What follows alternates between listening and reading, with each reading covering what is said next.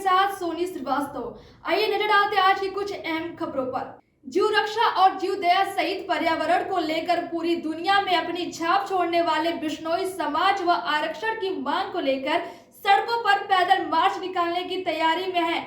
ऐसे में आने वाली 29 दिसंबर की बीकानेर के नोखा में स्थित बिश्नोई समाज के सबसे बड़े धार्मिक स्थल मुकाम से दिल्ली के जंतर मंतर तक एक पैदल मार्च निकालने की घोषणा की गई है।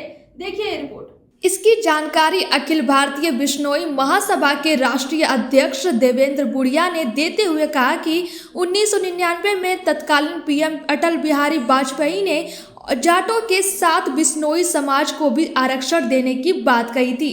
ऐसे में समाज के युवा बेरोजगार हैं। हमारी फाइल केंद्र सरकार के पास पड़ी है। ऐसे में हम पीएम मोदी और अमित शाह से मिलकर आरक्षण की मांग करेंगे। इसको लेकर एक पैदल जो कि मुकाम से जंतर मंतर तक निकाला जाएगा।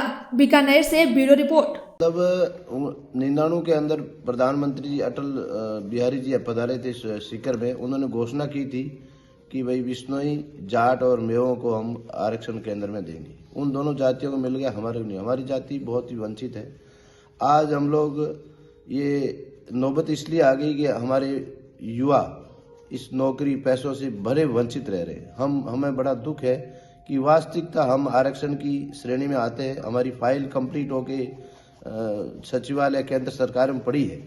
हम नरेंद्र मोदी जी और अमित शाह से हम निवेदन करेंगे, उनके कानों में आवाज डालना चाहते हैं कि नरेंद्र मोदी जी जब भी राजस्थान हरियाणा में आते हैं, उन जम्बेश्वर भगवान को याद करते हैं। उन माँ अमृता देवी जो 363 पेड़ों शहीद हुए थे, उनको याद करते हैं। उनको बताना चाहते हैं कि उन्हीं का समाज आज आरक्षण की वजह से वंचित है और वो फाइल आपके वहाँ पड़ी है।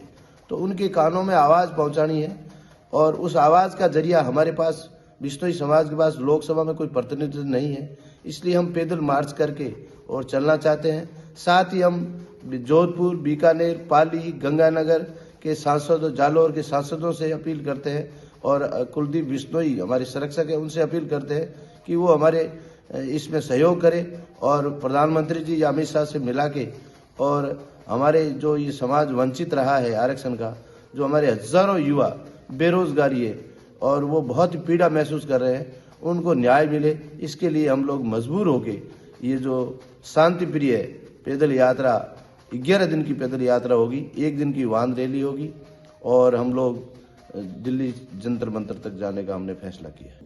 पुलिस अधीक्षक मनोज कुमार ने कहा कि शांति भंग व उपद्रव करने की कोशिश करने वालों से सख्ती से निपटेगी पुलिस। असामाजिक तत्व रहेंगे रडार पर। देखिए रिपोर्ट। 3 दिसंबर को विधानसभा चुनाव की मतगणना को लेकर मतगणना स्थल पॉलिटेक्निक कॉलेज बाड़ी रोड धौलपुर सहित जिले भर में सुरक्षा के पुख्ता इंतजाम किए गए हैं। कॉलेज के अंदर से बाहर तक सुरक्षा के कड़े इंतजाम रहेंगे।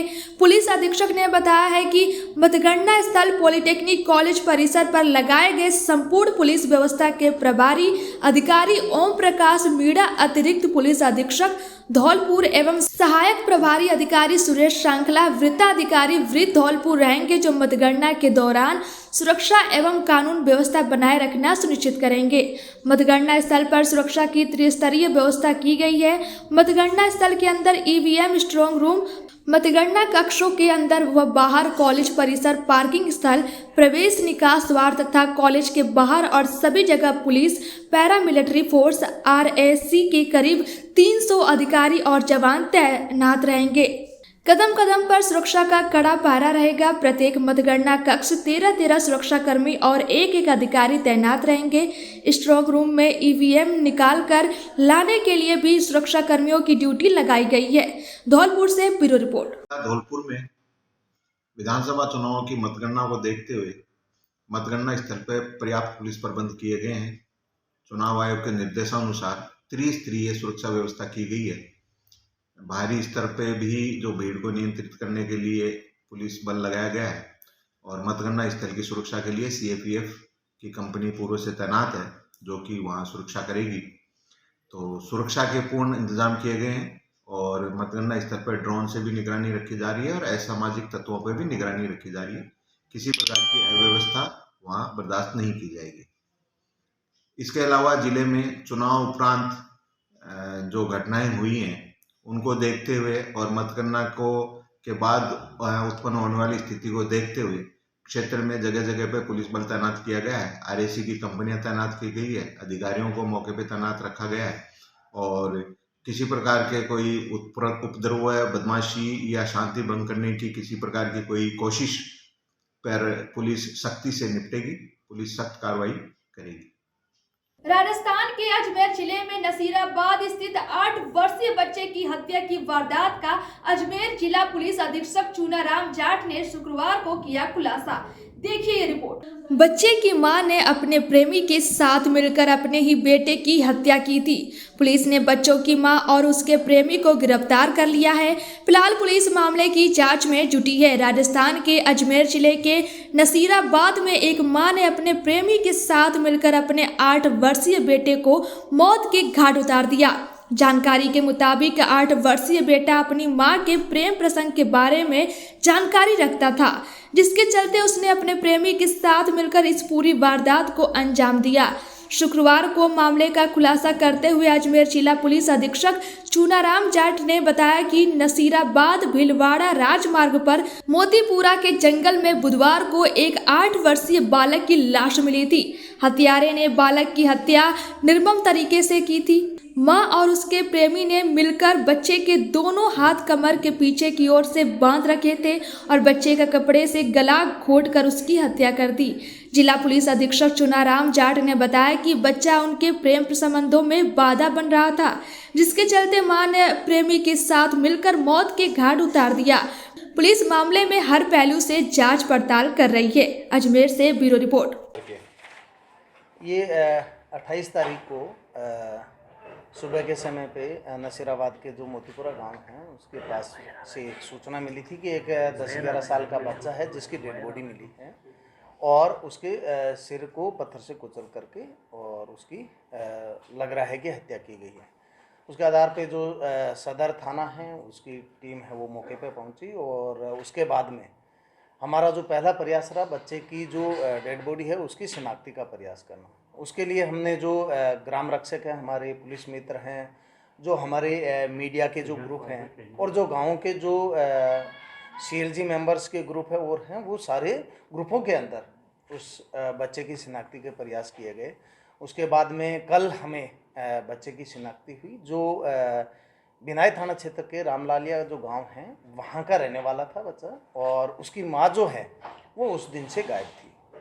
बच्चे की शिनाख्ती के बाद में हमारी जो DST टीम है और हमारे सदर थाने की टीम है और जो CO नसीराबाद है उनकी टीम ने मिल कर के जो मृतक की मां है और जो अन्य आरोपी है उनकी गिरफ्तारी के प्रयास किए।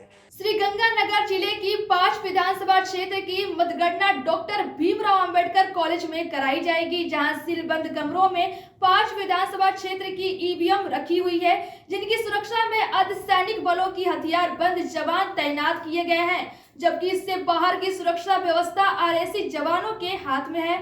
जबकि कॉलेज परिसर के आसपास इलाकों में भी पुलिस व CID की निगरानी लगातार जारी है। देखिए ये रिपोर्ट। प्रशासन व पुलिस की ओर से विधानसभा श्रीगंगानगर, सादुल शहर, सूरतगढ़, हराय सिंह नगर व अनपुरगढ़ की मतगणना की तैयारी शुरू कर दी है। जिला निर्वाचन अधिकारी अर्शनदीप व पुलिस अधिकारियों ने मतगणना स्थल का निरीक्षण किया, जहां प्रत्येक विधानसभा क्षेत्र के मतगणना की तैयारियां की जा रही है। कॉलेज में आने व जाने वाले व्यक्ति की एंट्री की जा रही है। बिना कार्य के बाहरी व्यक्ति का इन दिनों कॉलेज परिसर के इस हिस्से में प्रवेश बंद है। EVM के भवन के चारों तरफ RSC के हथियारबंद जवान तैनात किए गए हैं, जबकि अंदर की सुरक्षा व्यवस्था BSF के हथियारबंद जवानों ने संभाल रखी है। पुलिस अधिकारियों ने बताया कि मतगणना वाले दिन डॉक्टर भीमराव अंबेडकर कॉलेज के सामने वाली रोड 3 पुली व अंडरब्रिज से सामान्य आवागमन के लिए बंद रहेगी। इसके लिए ट्रैफिक को डाइवर्ट कर दिया जाएगा। साथ ही इसके लिए पुलिस पर पूरा खाका तैयार कर लिया है। सूरतगढ़ से ब्यूरो रिपोर्ट। आगामी अयोध्या में जनवरी 2024 में राम मंदिर की प्राण प्रतिष्ठा का भव्य आयोजन किया जाएगा। मंदिर में भगवान श्री राम लला की पहली आरती सूर्य नगरी जोधपुर के घी से होगी। इसलिए सोमवार को प्राचीन तरीके से सुसज्जित बैलगाड़ी में घी के 108 कलश रखकर रवाना किए गए। शुक्रवार को आगरा रोड 52 फीट हनुमान जी के मंदिर के पास पहुंची इस रथ के साथ जोधपुर से कई राम भक्त भी अयोध्या के लिए आए हैं। देखिए रिपोर्ट। आपको बता दें, बैलगाड़ियों में शिवलिंग भी रखे गए हैं। रथ में 108 कलश के साथ 108 शिवलिंग भी रखे गए हैं। साथ ही भगवान गणेश, राम भक्त हनुमान की प्रतिमाएं भी रखी गई है। वहीं पंडित शास्त्री ने बताया, आज रात्रि विश्राम 52 फीट हनुमान जी के पास रखा गया है। वहीं रथ को देखने के लिए बड़ी संख्या में जनता उपस्थित रही। वहीं भगवान श्री राम के जयकारों से माहौल गुंजायमान हो गया। आश्रम के महंत महर्षि संदीपनी महाराज ने बताया कि भगवान श्री राम का मंदिर बनने को लेकर सदियों से इंतजार था। अब मंदिर बनना खुशी की बात है, इसलिए राम भक्तों में उत्साह है। ये सबके लिए अति सौभाग्य की बात है कि जोधपुर से रामकाज के लिए जोधपुर से विशेष घी जा रहा है। यह विशेष घृत रथ यात्रा जोधपुर से रवाना होकर आज जयपुर होते हुए भरतपुर, मथुरा, लखनऊ होते हुए अयोध्या पहुंचेगी। इस दौरान मार्ग में प्रमुख गांवों में इस यात्रा का स्वागत जगह जगह किया जा रहा है। इस यात्रा के दौरान ऐतिहासिक मंदिरों तक शोभा यात्रा भी निकाली जाएगी। महाराज ने बताया, ये सिलसिला अयोध्या तक चलेगा। आज 52 फीट हनुमान जी के पास देर रात्रि विश्राम करेंगे। बताया जा रहा है कि लखनऊ शहर में ये यात्रा 5 दिनों तक रहेगी। पूरे लखनऊ शहर में इस यात्रा को बैलों के साथ घुमाया जाएगा। हर रथ में 3 लोग सेवा देंगे। एक रथ पर 3.5 लाख रुपए का खर्च आया है। महाराज संदीपनी ने बताया कि यदि घी में मिलावट हो तो वो जल्दी खराब हो जाता है। उन्होंने जो देसी घी तैयार किया है वह प्राचीन परंपरा के अनुसार किया गया है, जिसकी वजह से ये खराब नहीं होता। साथ ही उन्होंने बताया कि घी की शुद्धता बनाए रखने के लिए गायों की डाइट में भी बदलाव किया गया। पिछले 9 सालों से गायों को हरा चारा, सूखा चारा और पानी ही दिया गया। हर 3 साल में घी को उबाला गया। 9 साल में गायों की संख्या 60 से बढ़कर 350 पहुंच गई। इनमें अधिकांश वे गौवंश से जो सड़क हादसे का शिकार थे या बीमार थे। गायों की संख्या बढ़ी तो घी की मात्रा भी बढ़ने लगी। घी का जड़ी बूटियों के रस से तो सुरक्षित रखा ही जाता है, लेकिन इसके अलावा भी पूरे घी को हर दिन साल में एक बार 5 जड़ी बूटियों मिलाकर उबाला गया है। बसी से ब्यूरो रिपोर्ट। ओम श्री श्री महर्षि संदीपनी राम धर्म गौशाला, बनाड़, जोधपुर, राजस्थान। और जोधपुर से अयोध्या के लिए प्रस्थान किया है और अभी हम जयपुर में हैं और कुछ समय लगेगा जिसमें हम अयोध्या पहुंचेंगे। कितने रथ है और कितना घी है? 108 कलश हैं जिसमें 600 किलो घी है और 5 रथ हैं बड़े वाले और बाकी 108 रथ छोटे हैं जिसमें छोटे छोटे भगवान शिव हैं 108 रथों के अंदर। कब तक पहुंचेंगे और कितने तारीख से रवाना हुए थे? 27 नवंबर को पहुंचे हैं। 21 दिन की यात्रा है, मगर भगवान की कृपा से हम पहले पहुंचना चाहेंगे। ऐसी तमाम बड़ी खबरों के लिए देखते रहिए फास्ट न्यूज।